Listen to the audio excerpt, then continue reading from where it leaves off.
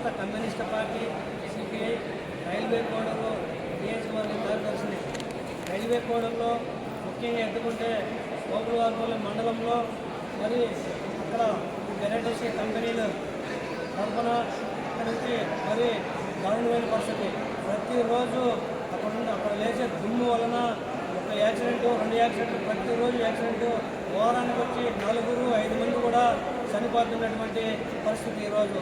మేము ఎన్నిసార్లు కడప అన్నమయ్య జిల్లా మారిన తర్వాత ఈ తిరుపతి జిల్లా కలెక్టర్ గారికి దృష్టికి కూడా ఈ విషయం గురించి చాలాసార్లు తీసుకురావడం జరిగింది. తీసుకొచ్చినా కానీ ఈయనేమో పొల్యూషన్ పంపునాను అంటాడు.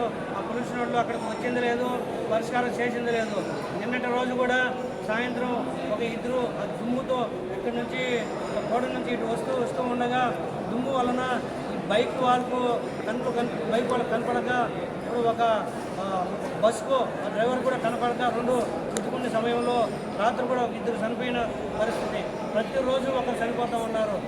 మేము ఎన్నిసార్లు కూడా కలెక్టర్ గారికి కూడా మొరపెట్టుకున్నా కానీ కలెక్టర్ గారు కూడా చూడనట్లు పోతున్నటువంటి పరిస్థితి. మేము అడుగుతా ఉన్న కలెక్టర్ గారిని, మా జిల్లా మారిన తర్వాత అక్కడ ఉన్నటువంటి జిల్లా వాళ్ళు పట్టించుకోరు, ఇక్కడ ఉన్నటువంటి మీరు పట్టించుకోరు, మరి రైల్వే కోడ్ పరిస్థితి ఏంటని మేము అడుగుతా ఉన్నాం. మరి అక్కడ రైల్వే కోడ్ నియోజకవర్గంలో కోపులవారిపల్లి మండలంలో గోవిందంపల్లి పంచాయతీ అని, ఆ పంచాయతీలో ఒక చెరువు ఉంది.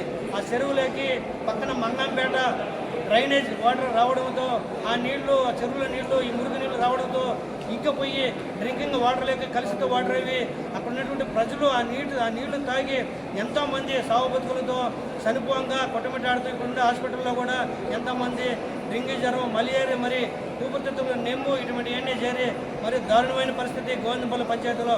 నేను చెప్తా ఉన్నా కలెక్టర్ గారికి, మీరు వెంటనే స్పందించి కోపులవారిపల్లి మండలంలోకి మీరే స్వయంగా వచ్చి అక్కడ దుమ్మును పరిశీలన చేసి అక్కడ నుండి కలుషిత వాటర్ను పరిశీలన చేసి అక్కడ కంపెనీలు ఉన్నాయి. కొన్ని కంపెనీలు ఎంప్రదా కంపెనీ ఒకటి ఉంది, వర్షిని కంపెనీ ఒకటి ఉంది, జింపెక్స్ కంపెనీ ఒకటి ఉంది. ఈ కంపెనీలకు ఎఫ్ఎండిసి నుండి దాదాపు 1700 మెట్రిక్ టన్నులు రాయి వస్తూ ఉంటే రాత్రి పొగలు రోజుకొచ్చి 400 ట్రిప్పుల్లో అక్కడ అటు ఇటు తిరుగుతూ ఉంటాయి మెయిన్ రోడ్లో. ఆ తిరగడానికి దుమ్ము ఎక్కువయ్యి అక్కడ ఉండే గోవిందంపల్లి ప్రజలకు కావచ్చు, ఇక్కడ ఉండే చిన్న వెహికల్, మోటార్ బైకులు ఇట్లకు కావచ్చు, కార్లకు కావచ్చు, దుమ్ము అడ్డుపడి యాక్సిడెంట్లు కావచ్చు, అక్కడ ఉన్నటువంటి చిన్నపిల్లలు కావచ్చు, స్టూడెంట్ ఆవులు తాతలు కావచ్చు, మరి వాళ్ళకు కూడా ఈ దుమ్ము వల్ల అలర్జీ వల్ల ఎన్నో జబ్బులు వచ్చి తిరుపతి హాస్పిటల్లో లక్షల కోట్ల డబ్బుల రూపాయలు ఖర్చు పెట్టుకుంటున్నా కూడా ప్రభుత్వాలు పట్టించుకోవడం లేదు. కొన్ని కలెక్టర్ గారైనా పట్టించుకొని గోడు